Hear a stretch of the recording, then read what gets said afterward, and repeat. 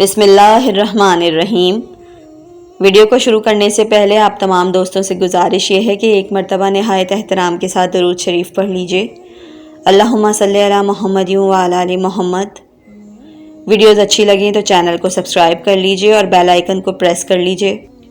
بسند معتبر امام زادہ عبدالعظیم سے منقول ہے کہ امام علی نقی علیہ السلام نے فرمایا کہ نوح علیہ السلام کی عمر 2500 سال ہوئی۔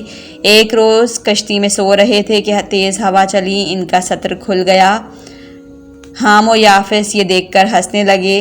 سام نے ان کو ڈانٹ کر ہنسنے سے منع کیا اور کھلے ہوئے اعضاء کو کپڑے سے چھپا دیا۔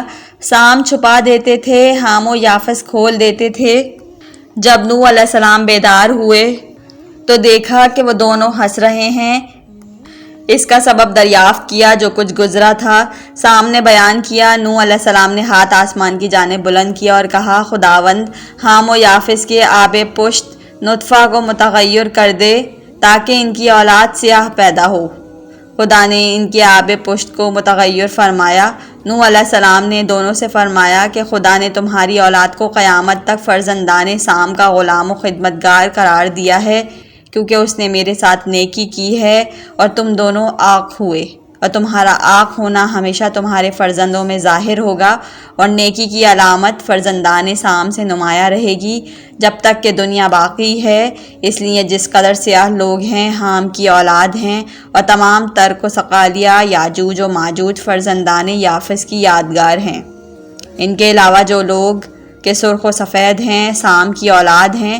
خدا نے نوح کو وحی فرمائی کہ میں نے اپنی کمان یعنی قوس و قزح کو اپنے بندوں اور شہروں کے لیے امان، اپنے اور اپنی مخلوق کے درمیان ایک عہد قرار دیا، جس سے وہ غرق ہونے سے تا روز قیامت بے خوف رہیں گے، اور میرے سوا سب سے زیادہ عہد کا وفا کرنے والا کون ہو سکتا ہے۔ یہ معلوم کر کے نوح علیہ السلام خوش ہوئے اور لوگوں کو خوشخبری دی۔ اس وقت اس قوس کے ساتھ ایک زہ اور ایک تیر بھی تھا۔ اس کے بعد تیر و زہ برطرف ہو گیا۔ طوفان کے بعد شیطان حضرت نوح علیہ السلام کے پاس آیا اور کہا، آپ کا مجھ پر ایک بہت بڑا احسان ہے، مجھ سے کوئی نصیحت طلب کیجئے کہ میں آپ سے خیانت نہ کروں گا۔ نوح خاموش ہو گئے اور اس سے سوال نہ کیا۔ حق تعالیٰ نے وحی فرمائی کہ اس سے سوال کرو، میں اس کی زبان پر ایسی بات جاری کروں گا جو اس پر حجت ہوگی۔ تو نوح علیہ السلام نے فرمایا کہ بتا کیا کہتا ہے۔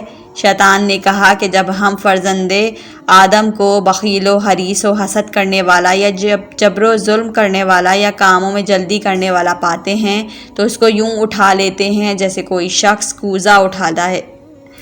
جب کبھی کسی شخص میں یہ اوصاف جمع ہو جاتے ہیں تو میں اس کو سرکشی کرنے والا شیطان کہتا ہوں۔